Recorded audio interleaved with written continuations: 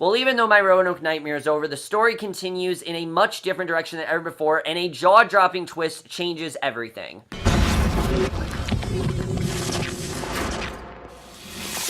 Hey guys, here for American Horror Story Roanoke, episode 6, and yes guys, that day has finally come. Guys, I obviously was really looking forward to this episode. I mean, I think ever since we heard Ryan Murphy say there's going to be a huge twist in episode 6, this episode had a lot riding on it, and that was a concern of mine going into this. The fact that Ryan Murphy teased this so much, the fact that we knew the way the first half of the season was, I really was prepared for this to suck. I really was, and I was prepared for this to really not be as good as Ryan Murphy said it would be, and I really didn't know what I was going to get out of this. Because the way things ended last week, they did a good job of keeping things very out in the open. And I have to say that even though I did see some of what happened coming, this was still a really damn good twist that pretty much was better than all 5 of the episodes. This was by far the best episode of the season, and honestly, I think is one of the best decisions American Horror Story's made. I really did love this episode overall. It was very self-aware, and really, honestly, had some really great social commentary on TV and why people watch TV, which overall was very interesting. But let's just get into it because there's a lot to talk about. Obviously, a lot went down this episode. This very much did feel like a premiere because we're getting reintroduced to everyone, but let's just get right into it. So we start off and we hear about that after My Roanoke Nightmare aired, that 23 million people tuned into the 2015 season finale of My Roanoke Nightmare, which apparently had more fans than The Walking Dead and Empire, which is insane, but I thought that was kind of interesting. So we then meet Sydney, the producer, who is in fact played by Cheyenne Jackson. He welcomes the camera into a boardroom, and he pitches the idea of filming a sequel called Return to Roanoke 3 Days in Hell, and he wants to bring everyone, the real people and the actors who played them, back to the actual house during the next blood moon when cameras filming everything 24 hours a day, which in itself is a genius idea. I think overall it's a very interesting idea the way it was going to be done, and I really did love that. But the network executives want to know if he's planning on faking the ghost, and the network head points out the audience wasn't satisfied that Mason's killer wasn't brought to justice, and I don't really think we cared so much about that, but I thought it was interesting that they brought that up. Plus, it's even possible to film at the house anymore, and Sydney reveals that he bought the house from Matt and Shelby, but the network executives aren't sure the cast would want to be involved in a new season. You know, the fact of everything that happened to them and things like that, they just don't know if it's really going to work. And there's some really interesting points made just in this first scene with Sydney talking about how people believe anything that they'll tell themselves. You know, any sort of reality that they create is what we believe. And I think overall that was very interesting. Them talking about TV and what audiences want and how much an audience is going to enjoy what they're doing. I just thought overall really did a great job of getting us into the heads of all those like corporate sleazy producers, and they did that very well here. It kind of reminded me of Unreal, but the best episodes of Unreal, not the ridiculous over-the-top show that Unreal has become, what Unreal used to be, and I really did like seeing that. So Sydney's assistant Diana pulls him aside to tell him that Shelby actually doesn't want to do it, delivering the bad news right after he receives a 13-episode order from the network. So I thought that was a very good start. And then we meet the real Shelby, which it was really cool to see these two characters. After seeing them as floating heads, in the season, it honestly felt very rewarding to finally see them in their, you know, in the actual show, not just see them talking in a documentary, because we knew eventually that Lily Rabe and André Holland was going to play, you know, was going to be in the show more. You don't hire those two actors and not have them do stuff. You just don't do that. So she agrees to an interview. Diana pays a visit to her 10 weeks before the blood moon. She's gotten blasted on social media, and people we find out torment her all the time. In fact, her marriage with Matt actually suffered because of the series, and now they're separated, which we're not surprised about, but what we are surprised about is why this happened. Shelby, we find, was actually caught out on a date with Dominic, the actor who played Matt in the docuseries, and they did a really good job of getting us reintroduced to not just Shelby and Matt, but the actors that played the characters in My Roanoke Nightmare. There's so much more interesting stuff going on with them at the surface, and I really did love that. So she, in fact, did have an affair with this character. That overall is very interesting. And when asked about the affair, she steps away from the interview to say it was just a stupid weekend fling. But Shelby's decided to do the show after all because Matt can't possibly avoid her if they're locked in a house together. And obviously, she still does care about him. I mean, she doesn't want him to be there and her not to be. Obviously, she wants to be there. So she does, however, make them promise that Dominic will not be involved in the show because obviously she does not want to be in that situation with those two. And Sydney does agree to this. Remember that because because it's a very important scene. So 2 weeks before the blood moon, all the cameras are being installed, with Sydney insisting the cameras be placed out of the way so participants will forget that they're there. We quickly realize that Sydney does not give a fuck about any of these any of these people whatsoever. He doesn't care about their lives, he doesn't care about having them. He just wants to make good TV. And you understand that. You really do. He clearly is this is what happens to people who get very successful. They get a little bit too greedy. They get too into it, and they try to play it easy, and that's clearly what Sydney's not doing. I like seeing that. So the special effects are also in place, including a sink that vomits of sulfur, drawers pop out, a fire explodes out of the oven, tables vibrate, the house is rigged to scare everyone involved, and we realize this is how they did the documentary. This is how everything got done. So Sydney defends his decision to rig the house to Diana, saying he's doing it partially to get Lee to admit she killed her husband Mason, which is one of the biggest points of the rest of the season, is did Lee actually kill Mason? We know she didn't, but many of the viewers think that she did, and overall, that's one of the most interesting plot points that we're going to have for the rest of the season, something I definitely really did like this episode set up. So then when they're setting up the house for the show, Sydney and the crew discover a ring of fetal pigs out by the trees in the yard. No one has any idea who put them there. So we definitely are starting to see that maybe what went on is real. I think we kind of know what went on is real. But next up, we meet Agnes Mary Winstead, who, this character, I love this character. I was really worried when we found out in this scene that Kathy Bates is, an actress to play the butcher, and she's not actually the butcher. But I feel like there's more going on here. She played the butcher in the flashbacks, and she's kind of convinced herself that the butcher is a good person, which overall is very compelling. Sydney interviews her to find out what life has been like since the show. Agnes claims the butcher was the role of a lifetime. Her audition tape is shown, and Sydney talks about how she was a huge fan favorite as the show's villain, but Agnes never saw her as the villain, and that she just wanted to get it right. And Agnes does admit the role was taxing, but was also one of the greatest roles in history. Sydney then brings up an episode in Hollywood where she went a bit crazy on Hollywood Boulevard, literally terrorizing people dressed up as the butcher, complete with a meat cleaver. So clearly, she's very fucked up in the head, but she was diagnosed with schizoaffective disorder and had to undergo treatment for 6 months in a facility. So Agnes says she just dove too deep into the part, and now the meds are working and she's fine. So she's convinced that she's a method actor. That's what she thinks. That, look, I'm just a method actor, I got into the role, and there are actors like that. I mean, there's a whole movie about it. If you guys have ever seen Tootsie, that movie's all about a method actor and how people don't like to be around those kind of people. There are people like that out there, believe it or not. There are actors that take it very, very seriously, and Kathy Bates' character overall, I think, is very interesting in that regard because of that. So I really like the way that they introduced that because, yeah, it does happen. I mean, it sounds weird, but it does, in fact, happen. I thought it was cool the way they showed that here. Sydney shows her a photo of a ring of piglets, and she claims she has nothing to do with it. He calls in an officer who serves her with a restraining order. We realize this is actually all to get her arrested, and she thought she was going to be part of the sequel, but Sydney tells her she's no longer involved in the series. He warns her to stay away from the set or face being arrested. She chases him out of her apartment, screaming as if she's the butcher, and there's clearly more going on with her. I'll get into more of what I think is going on. We know she's coming back. Ryan Murphy even said she is a huge part in the 7th episode, so I think I know more of what's going on there.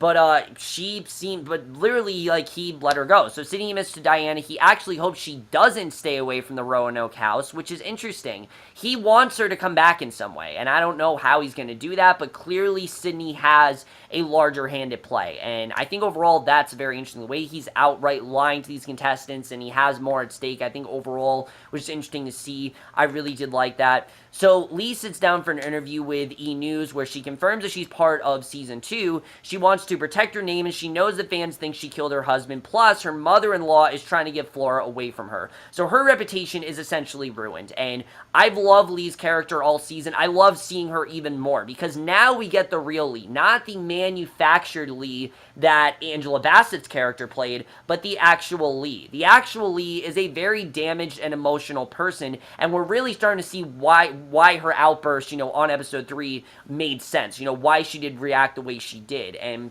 we're definitely starting to see that. So back at the production office, Sydney wants to make sure they're covered legally if they put a suspected murderer on the show, because obviously people think that Lee's a murderer. So obviously, there's a lot of shit that they have to do for that. He's told they're on solid ground, but there could be a problem with Monet, who played Lee, because she actually has a drinking problem, we find out, which, again, very interesting. That means they can't knowingly provide Monet with alcohol during the shoot. I mean, obviously, she is in fact an alcoholic, and knowing that she played the character of Lee, I mean, really anything can happen. So they need to do whatever they can to get the alcohol away from Monet because she's addicted. And Sydney and Diane then rush back to the house after getting a call of an emergency on the set.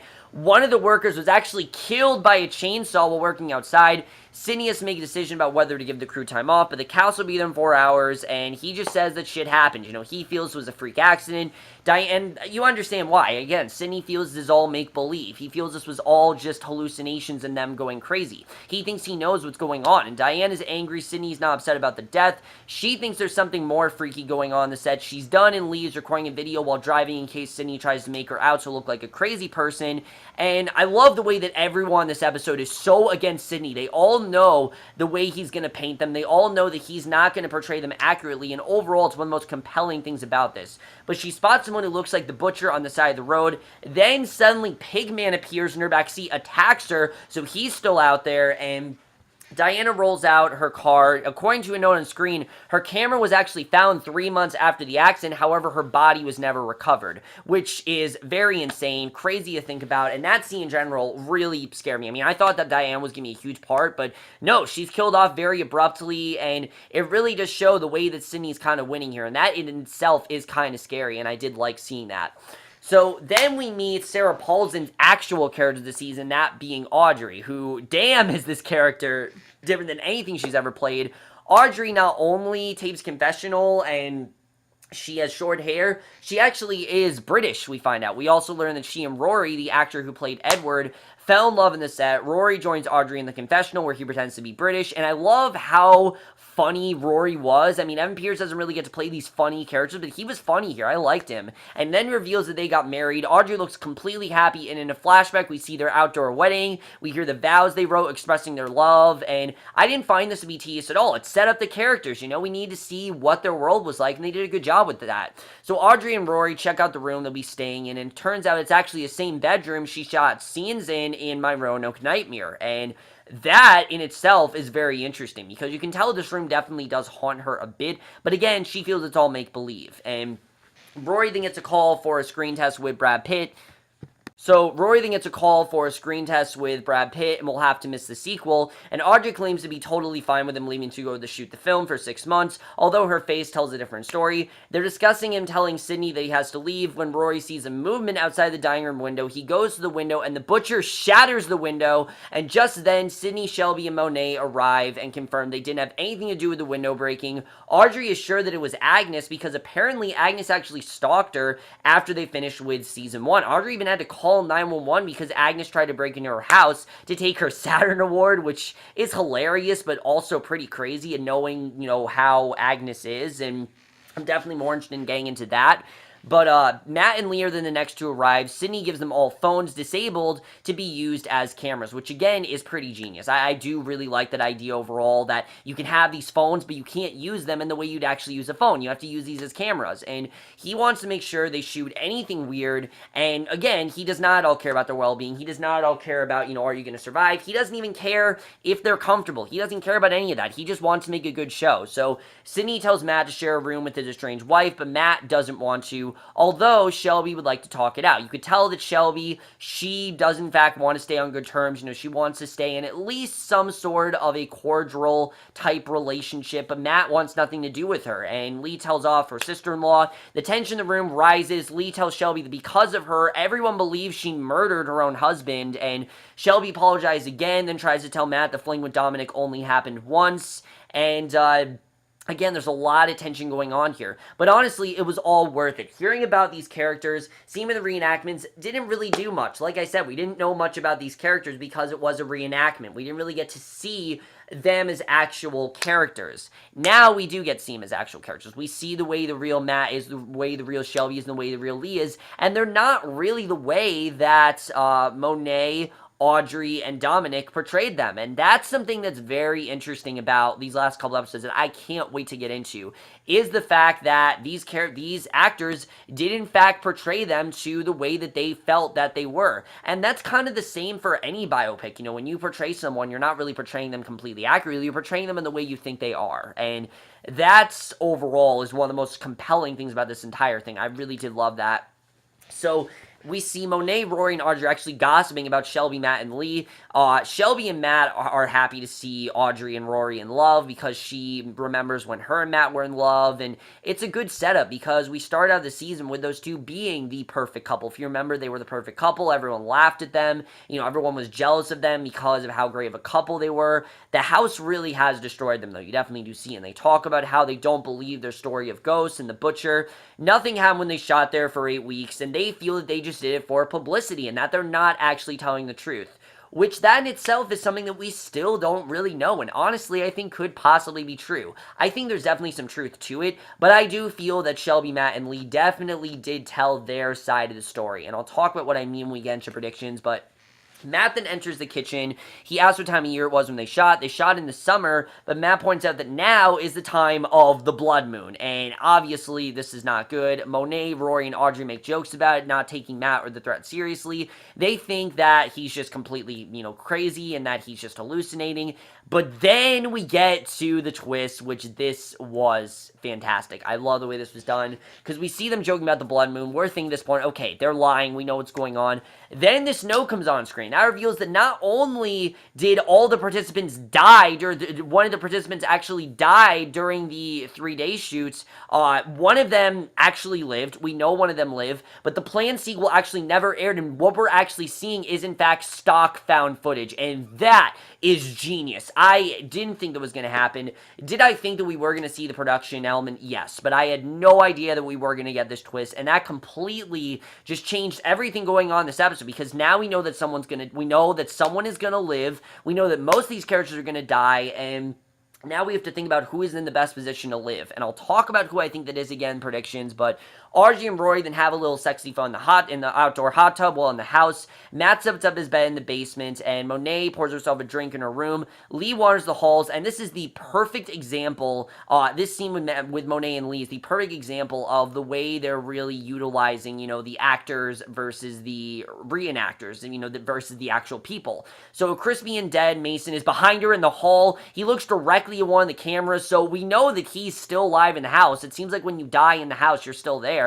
So Lee turns around, sensing that something, but there's nothing there, and Rory stays in the hot tub while Audrey heads inside to take a shower. I thought they were going to do a psycho thing here, but Shelby wanders the hall, sees Lee in the kitchen. She doesn't want to talk to her, but instead sneaks down the stairs to visit Matt. She wants to come upstairs to her bedroom, but he's having second thoughts about returning to their old house, and Shelby says it'll be different this time with more people and cameras monitoring their every move. She feels they have nothing to fear. She feels they'll be fine, and I like that things are different here. This is really interesting. If you guys remember, a couple weeks back, episode 1, I was like, I was worried that Matt was going to be the skeptic and that he was going to be the one to just deny everything. Now it seems that Shelby is the one to deny. She feels that, it just happened one time, it's not going to happen again. It's a lot more under surveillance. They're fine. They're a lot more protected. And Matt thinks it will happen again and warns that he doesn't think they'll survive this time. And knowing that they're all going to die makes that line that much more scary and that much creepier, because we know that they are in fact going to die and that they're not safe, and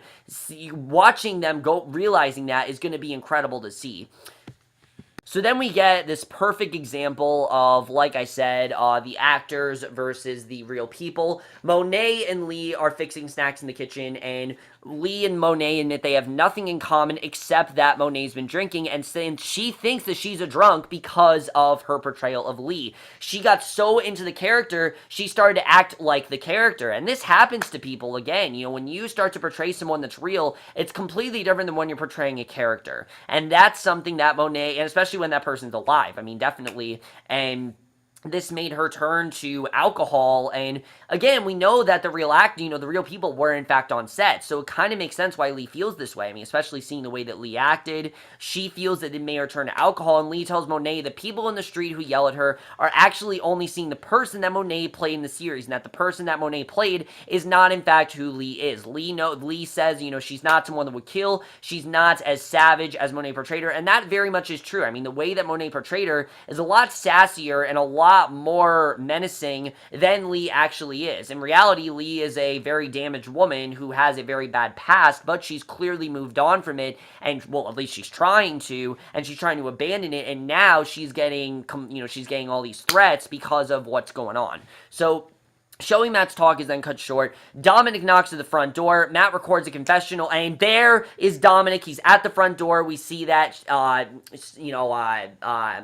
Sydney actually lied to them. Matt records a confessional where he says it felt nice to meet Dominic in person. A flashback shows Matt immediately attacking Dominic before he can make it more than a few feet inside the house. Shelby tries to break up the fight along with Rory and Monet. Shelby heads straight to the camera, flips it off, yells, "Fuck you, Sydney, fuck you, motherfucker," and, she told him specifically, "I don't want you to have, Dominic here," but he completely lied to her. He didn't really care about her, and again, he doesn't give a shit about them. So Matt's downstairs by himself. He sees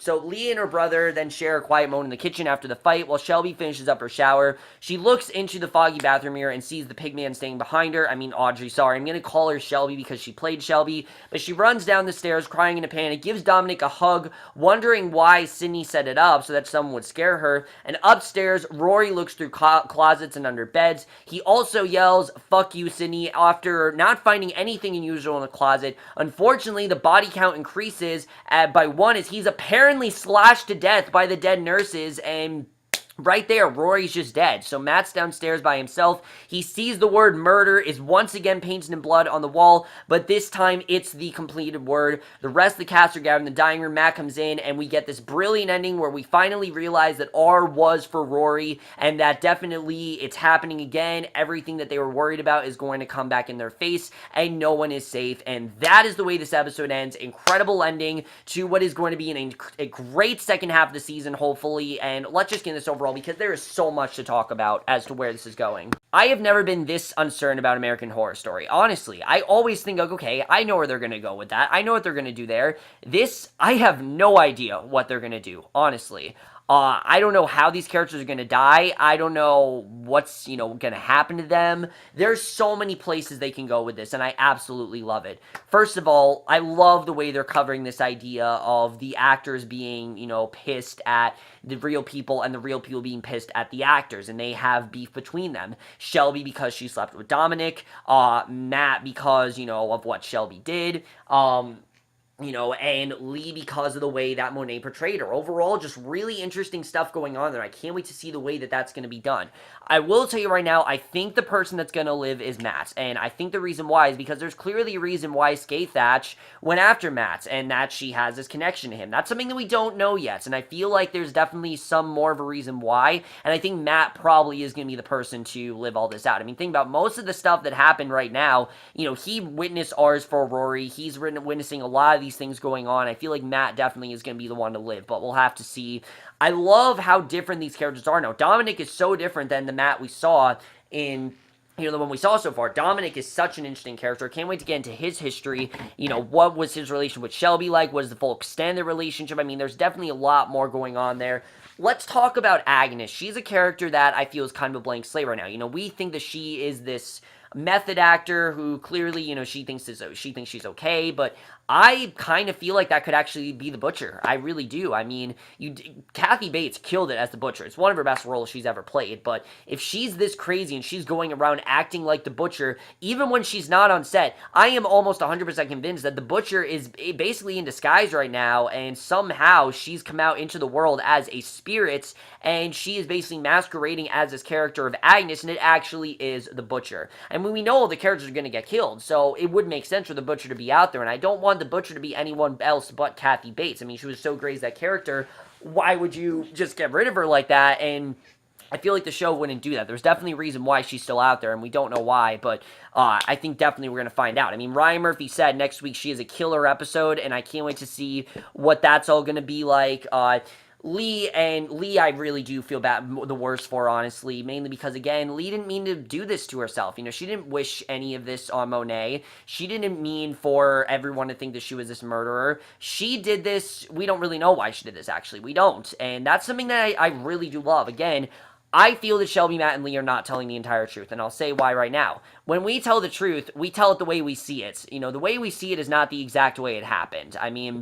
Especially when we're involved in a situation, we try to make ourselves look as good as we can. And I feel like that's what Matt, Shelby, and Lee did. They are convinced that the way that Dominic, Audrey, and Monet portrayed them are not the way they actually are. When in reality, I think there is some truth to it. I think that is the way that they are. I think it's something that they don't see because, again, they want to protect themselves and are trying to make themselves look better than they actually are. And I think that's something that they're going to have to deal with now that they're trapped in the house with them. And I think that definitely is going to add a lot of tension. And I can't wait to see the way that goes down, because that is a huge element of any reality TV show. 99% of what you're going to see is scripted, but I think much of what we saw is very factual, and I think definitely there is some truth to what's going on there. Pigman, we still don't know what's going on with him, and he definitely is still out there. I mean, obviously, he killed Diane, and he is still out there. We know that Mason's still alive as well. So I'm guessing that Rory is still going to be in there, because if Mason's still alive in the house, Rory died in the house too. So he's probably going to be in there as well, but we'll have to see. Sydney's a character I'm very interested in getting into. Yes, he's an asshole, but at the same time, he's so compelling in the sense that he's so focused on making this great TV, and he's so focused on just that. There's nothing else he really wants to do, and I can't wait to see the way that all goes down. Overall, guys, there are so many aspects they can go, and I already love this so much more in the first half. The problem with the first half of the season is that it was exposition. That's what it was. It was exposition leading us to the real story. This, in fact, is the real story. We don't know what's going to happen. Nothing. All we know is that someone is going to live, but other than that, we know nothing, and I hope it stays that way. I hope that these last 5 episodes really do make up. I still think this is one of the strongest scenes the show has done, and this by far is one of the best episodes I think the show has ever done. They've never really done a twist like this. Was it a bit overhyped? Yes, but it still is a very well-deserved twist, and in my opinion, really does change a lot of the show. I mean, we thought we knew the way this was going to go, and we really don't. I thought it was going to be that they were lying, but again, I think that the blood moon, that stuff did happen. I think a lot of what they said they didn't really happen. Like the way, like little things, like the way they think things happen aren't really the way it happened. But again, we'll have to see. I think Skathatch is a big part of that. We know that she's definitely tied to what's going on. Ryan Murphy already revealed that she's actually the original Supreme, so I can't wait to get into that overall. But either way, guys, let me know what you guys thought of this episode. Loved your thoughts, and I absolutely love this episode. By far, best episode of the season. That's my review. Hope you guys enjoyed it. We'll see you guys in the next video, which, guys, I am not looking forward to my next video at all. It will be for the Rocky Horror Picture Show. Let's do a time warp again. We'll just have to see what this bullshit is like. I have no idea what's going to happen here, but I will see you guys for that. Okay, bye.